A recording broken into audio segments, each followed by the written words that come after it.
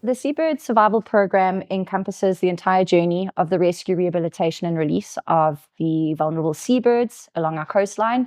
And this really is made up from the rescue, which is mostly done by our seabird rangers in the colonies. We're very proud that we have 11 seabird rangers across 5 penguin colonies. And it's our dedicated first responders and drivers who are our go-to team, who are the ones that are assisting us with quick response in bringing these patients to the center. And then it's obviously our rehab and our veterinary team that are the guys that are doing the phenomenal work in ensuring that we get these patients through the system and then released back to the wild. But we really can't do this without our volunteers and interns that supported us in our chick bolstering, supported us in ensuring the rehabilitation took place. We trained over 200 individuals from various organizations to be first responders, drivers, and our eyes and ears out on the coastline.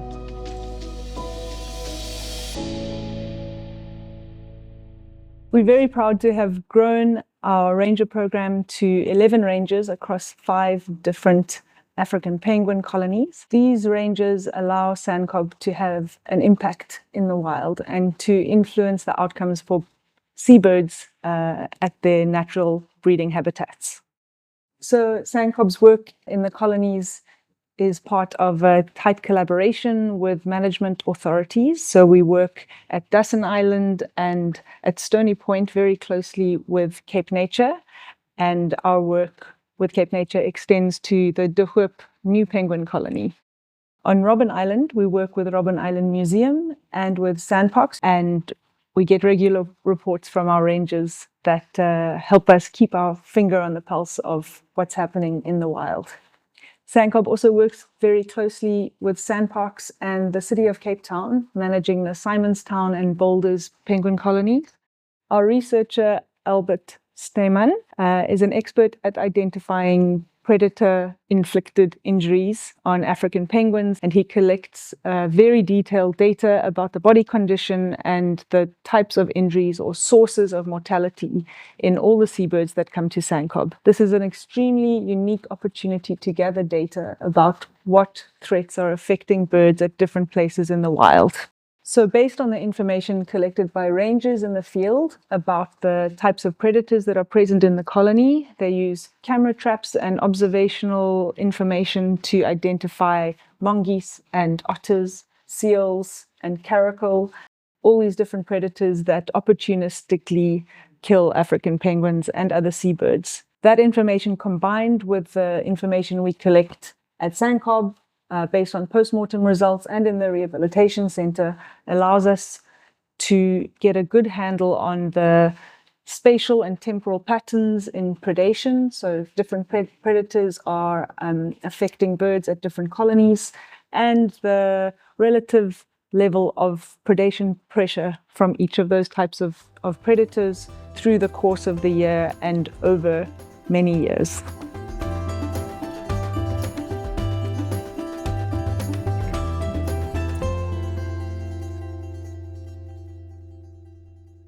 Our veterinary team has been very busy this year. We had an exciting year with lots of clinical procedures. We performed over 30 surgical procedures on average per month this year, and over 50 x-rays, diagnostic x-rays. Most of our surgical patients have been African penguins with injuries, most of those predation injuries, and that's quite normal for what we see at SANCCOB. And we've seen a wide variety of different injuries in penguins. They're a most amazing species to work with because they're so tough, and we can really pull them through with the treatment that we do. We've also, just improved our diagnostic procedures by investing in a digital radiography X-ray machine that has really improved the work. It makes the diagnostics much clearer and faster. That reduces anesthetic time when the birds are getting their X-rays. It makes stress for both us and the birds much less. One of the most interesting patients that we saw last year was an albatross, a black-browed albatross that arrived with us with a really nasty wound. And at first it was quite hard to see because the feathers of albatrosses are very thick. But once we saw where the wet patch was, it was a huge wound on the chest. Luckily, we were able to treat that. We did 3 surgical procedures. Unusually for a pelagic bird like this, we were able to treat him quickly and effectively so that without too many secondary complications happening in captivity. And we're very happy to say that with the care that was given by our rehabilitation team, he quickly became waterproof and could survive in the ocean again. The wounds healed very nicely and we could release him successfully into the wild. So that's always excellent when it comes to a bird that's something different like an albatross.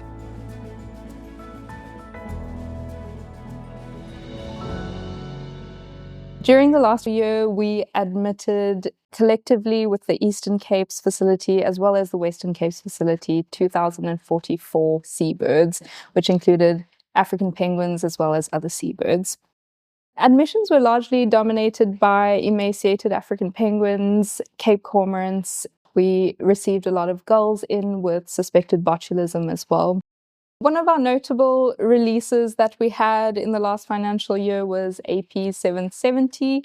This was an African penguin that came in with a femur fracture. It was quite severe, and Dr. David then pinned the bird, so it had quite a long surgery to have that pin put in.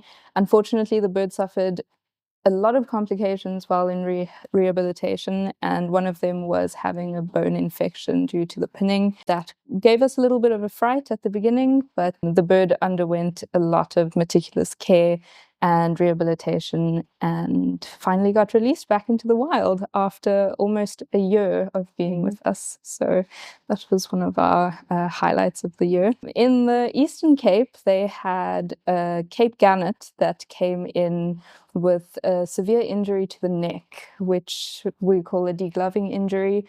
It had pulled all the skin off of its neck, and initially we thought the bird wouldn't make it, and the bird underwent a lot of procedures, 3 procedures in total, to have all that skin pulled back together, and then through the rehabilitation process, and was released back on the island. The beginning of rehab starts when we rescue that bird. And in the Eastern Cape, it's quite an important part of the rehabilitation because often we can't get the bird back to the center in the day that it has been rescued. So the rehab initially starts on the island, and the rangers do put a lot of effort into those birds just so that they can be alive once they get to the center, and then the major rehab starts at the center to get him back to be released. A lot of the chicks that we admit to the Western Cape Center are due to abandonment because of severe weather events like flooding or heat waves. In total, with the Western Cape and the Eastern Cape numbers combined, we have an 85% release rate of chicks and hatchlings that have come into the center and have gone through the rehabilitation process and have been released out into the wild again. Across both centers, SANCCOB's facilities reached a combined release success of 79% for African penguins. As part of SANCCOB's continued collaboration with Cape Nature and BirdLife South Africa, an additional 31 hand-reared African penguin chicks were released at the De Hoop Nature Reserve during this reporting period. To date, our collaborative efforts have brought the total number of fledglings released at this colony to 245, contributing to a hopeful long-term future for this breeding population. One notable chick admission that we had over the last year was a chick that came in with severe anemia that needed an emergency blood transfusion. One of our home pen birds, Peep, was the blood donor, and the bird had a successful blood transfusion and only 89 days later was released back into the wild.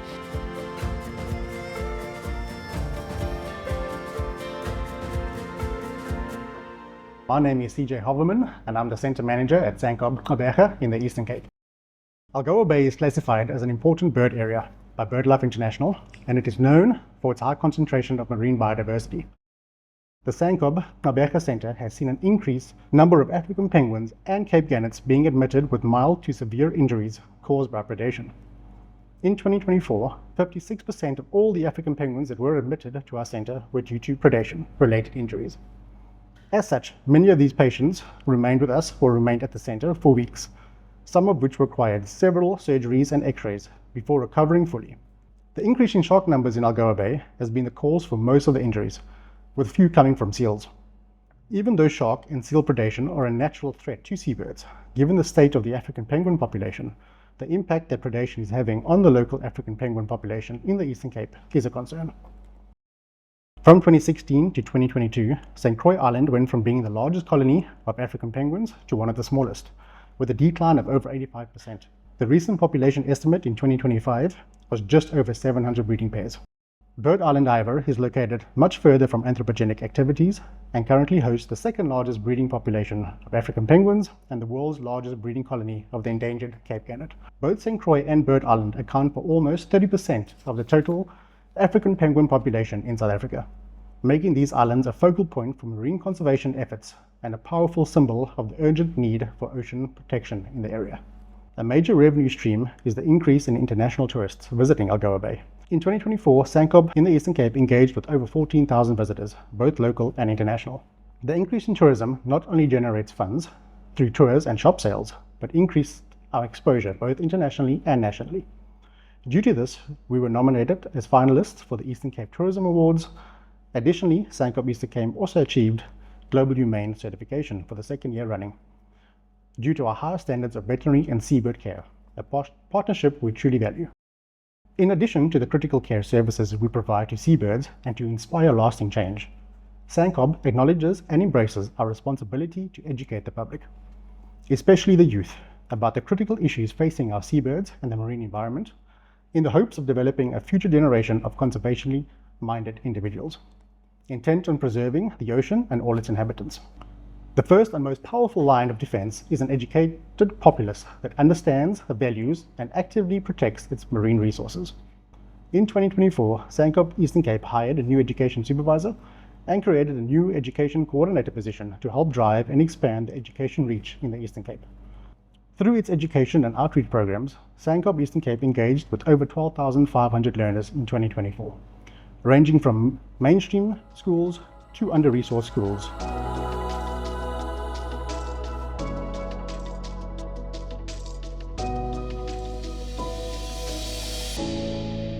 With the current conservation status of not only the critically endangered African penguin, but also many other seabird species, our education department plays a vital role towards the conservation efforts through education outreach programs. Environmental education not only teaches people about the natural environment, but it is an important tool we use to empower young individuals, communities with knowledge and skills to explore environmental issues, solve problems, but most importantly also take action. We were fortunate to be supported by our donors, funding which helped SANCCOB to extend our reach to disadvantaged communities off-site and provide access to on-site educational programs at both our centres in Eastern Cape and Western Cape provinces. At SANCCOB, we are driven to provide quality education that includes visual literacy and also creative learning strategies. We are also guided by the UNESCO Environmental Education Objectives, and we maintain this framework set out by UNESCO to ensure quality-assured programs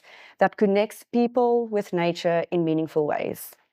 This year, we aimed to align all our lesson plans to the national curriculum statement as set out by the Education Department, and I'm happy to report that we have reached that goal. Going forward, we will aim to improve these lesson plans and extend our topics to a broader curriculum. Through our skills development program, we have selected and employed qualified interns to broaden our language from Afrikaans and English to also include isiXhosa at both centres in Eastern Cape and Western Cape.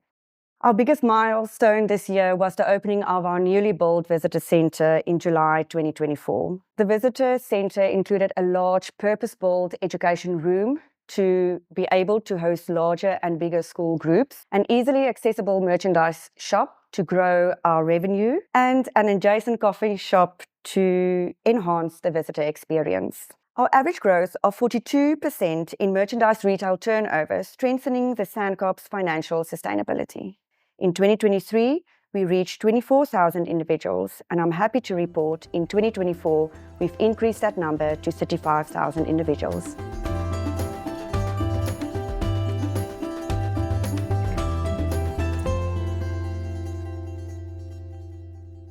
From March 2024 to February 2025, SANCCOB responded to 4 large-scale marine-related incidents. The first incident started with an unusual oiling incident of 115 Cape gannets on Bird Island in Algoa Bay.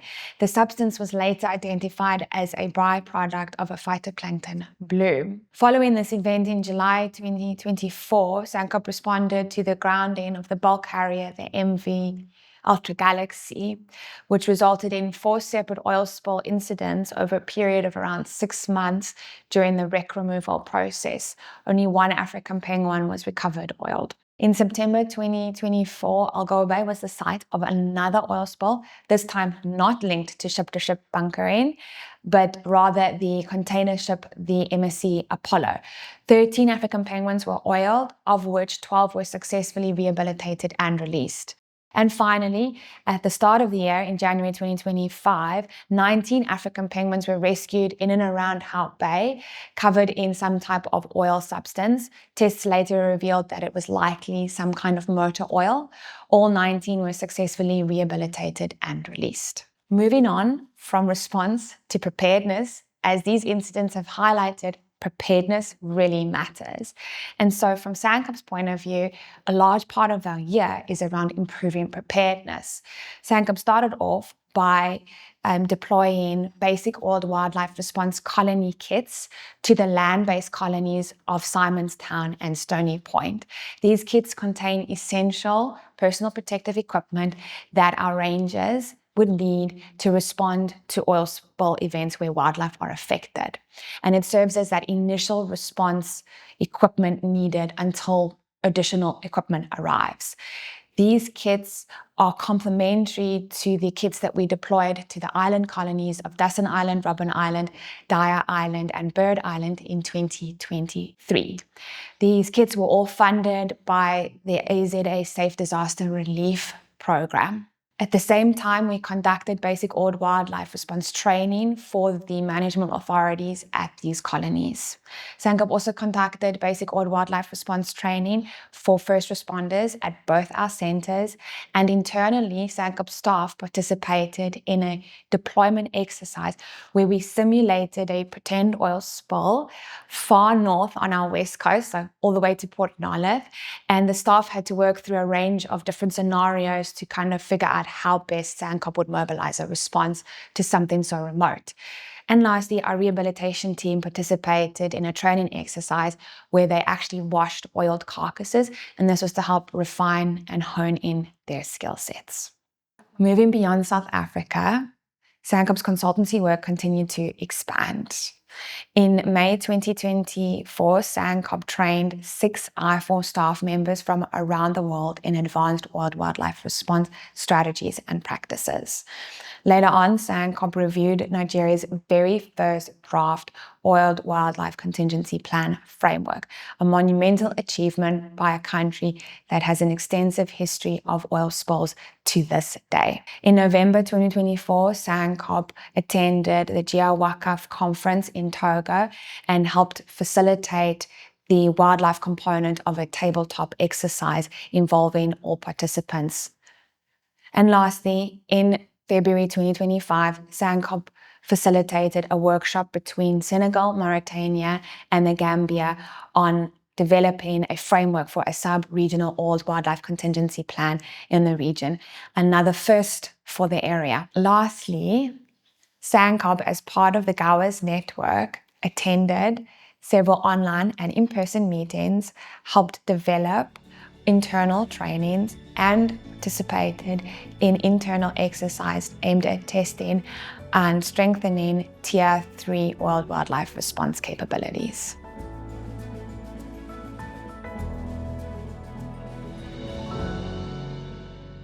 SANCCOB's research department is committed to evidence-based conservation actions, and to that end, we contributed to multiple landmark scientific papers during the 2024-2025 period. Those papers looked at, among other things, the implementation and successes of the biodiversity management plan, the effectiveness of artificial nests at improving outcomes for African penguins, the importance of understanding the effects of marine traffic and oil pollution on African penguin populations.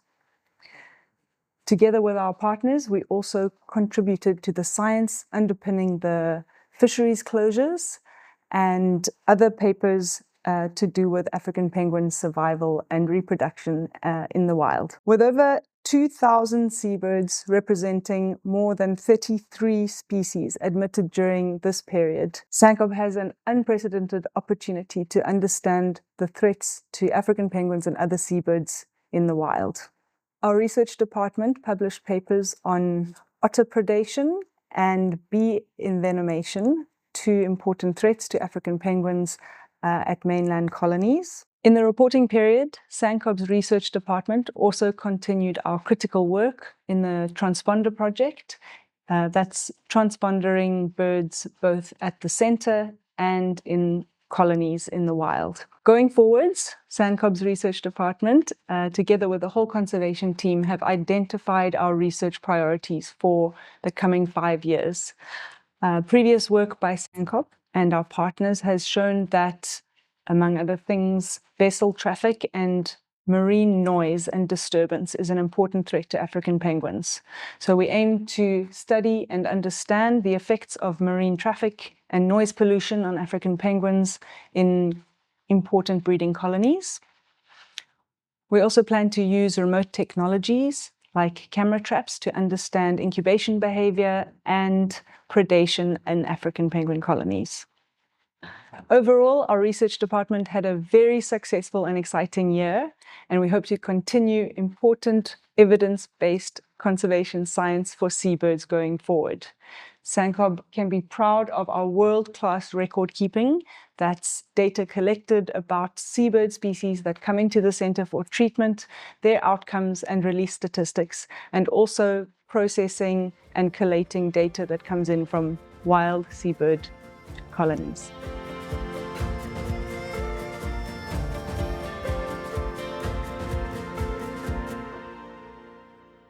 On the 19th of March in 2024, BirdLife South Africa and SANCCOB were represented by the Biodiversity Law Centre, and we initiated a litigation against the South African government to secure food availability for the African penguins. This was the first litigation in South Africa invoking the minister's constitutional obligation to prevent extinction of an endangered species, to hold the minister accountable to mitigate the threats posed by sardine and anchovy fishing to the African penguin population. In October 2024, the African penguin met the criteria and was uplisted to critically endangered by the International Union for the Conservation of Nature, or otherwise known as the IUCN, one step away from being extinct in the wild. By 2035, we could no longer have African penguins in the wild. In March 2025, after many months of negotiation, BirdLife South Africa and SANCCOB secured a historic victory for African penguins, and the Pretoria High Court issued an order of court. This was subsequently later endorsed by the state, and the order provides for the delineations of no-take zones for the commercial sardine and anchovy fishery. around 6 key African penguin breeding colonies that lie within the coastal areas where this commercial fishery operates. And these 6 closures work together to secure biologically meaning foraging areas for African penguins in each of the West Coast, Southern Cape and Algoa Bay regions to help bring the species back from extinction. Alongside the litigation, we launched a public campaign, and this was aimed to create awareness and also garner public support for what we were trying to achieve. And this was funded by the Blue Marine Foundation based in the UK. We also launched a petition for the public to get involved and show their support on the Only One platform. And this exceeded well over 30,000 signatures. Influencer and freediver Zandile Ndlovu, who's also the founder of the Black Mermaid Foundation, provided her voiceover and social media platforms to support our cause. There were many PR initiatives, even featuring SA cricketer Rassie van der Dussen, who sported a Save the African Penguin sticker on his cricket bat during games and rooted for us on his social media platforms. The PR campaign achieved an immense amount of coverage for African penguins across national and international outlets, including The Telegraph, Forbes, and ENCA. The day of the court hearing alone generated 54 pieces of coverage, reaching approximately 168 million people. In February 2025, ship-to-ship fuel transfer or bunkering resumed in Algoa Bay. And this was after a pause where bunkering operators were stopped from bunkering for months last year due to the South African Revenue Service carrying out an investigation for tax issues. And at the same time, in February of this year, the Department of Forestry, Fisheries and the Environment issued regulations for ship-to-ship bunkering, bearing in mind that this is 9 years after this activity was originally permitted and has since caused 4 oil spills, as well as the increased vessel traffic causing underwater noise, making Algoa Bay the noisiest bay in the world. SANCCOB has made great progress over the reporting period. We have now employed several members of staff, including an operations manager and even seabird rangers, which is mirrored by what we have in South Africa at SANCCOB. And these rangers have been monitoring African penguins and seabird colonies within the Nimpa regions. All of the African penguin colonies in Namibia are in the southern region, and all are in the only MPA in Namibia. Of concern, since the seabird rangers have been monitoring these birds, is that the African penguin, Cape gannet, and cormorant species have all severely declined. The population count for African penguins is below 1,000 breeding pairs, and this is of huge concern. So the work of SANCCOB is critically important. We are delighted that DebMarine Namibia continue to support the work of SANCCOB, and the big dream is to build a seabird hospital and conservation centre in Lüderitz. And last year we worked with architects to design a facility that would function as a seabird centre, an eco-hub, a library and a resource centre for the locals. And we completed the drawings and costings of the centre, and the next focus will be on finding the necessary funding.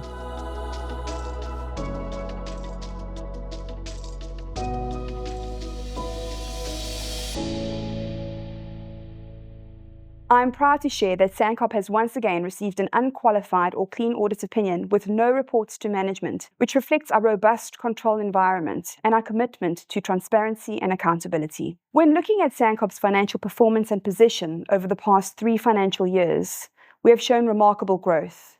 Our equity has grown from almost 32 million in 2023 to almost 52 million rand in 2025. Our net surplus has grown from 585,000 rand in 2023 to 12.7 million rand in 2025, which reflects the large investment in capex that the organisation has incurred. I am proud to share that SANCCOB Gqeberha, which we took over from SAMREC in 2017, is now financially sound and is able to fully cover its costs and be in an independent financial position. These figures will be elaborated further by Mr. Vernon Bull, SANCCOB's Treasurer, in the Treasurer's Report. Turning to resource development, SANCCOB's strength continues to lie in the generosity and loyalty of our supporters.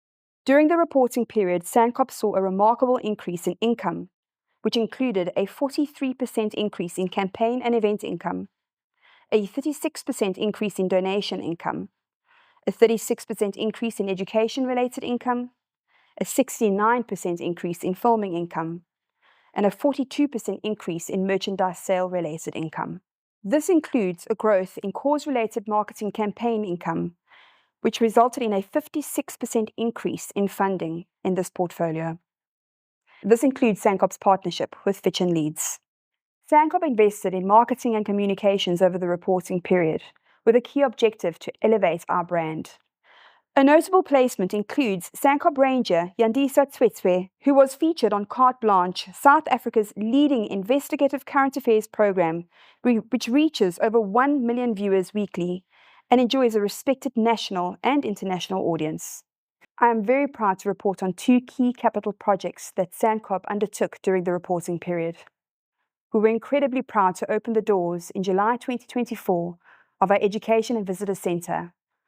We also started construction of our seabird nursery in October 2024, and exactly 1 year later, we opened the Pamela Isdell Seabird Nursery. Thank you to all of our supporters, our donors, and our partners. We couldn't do this without you.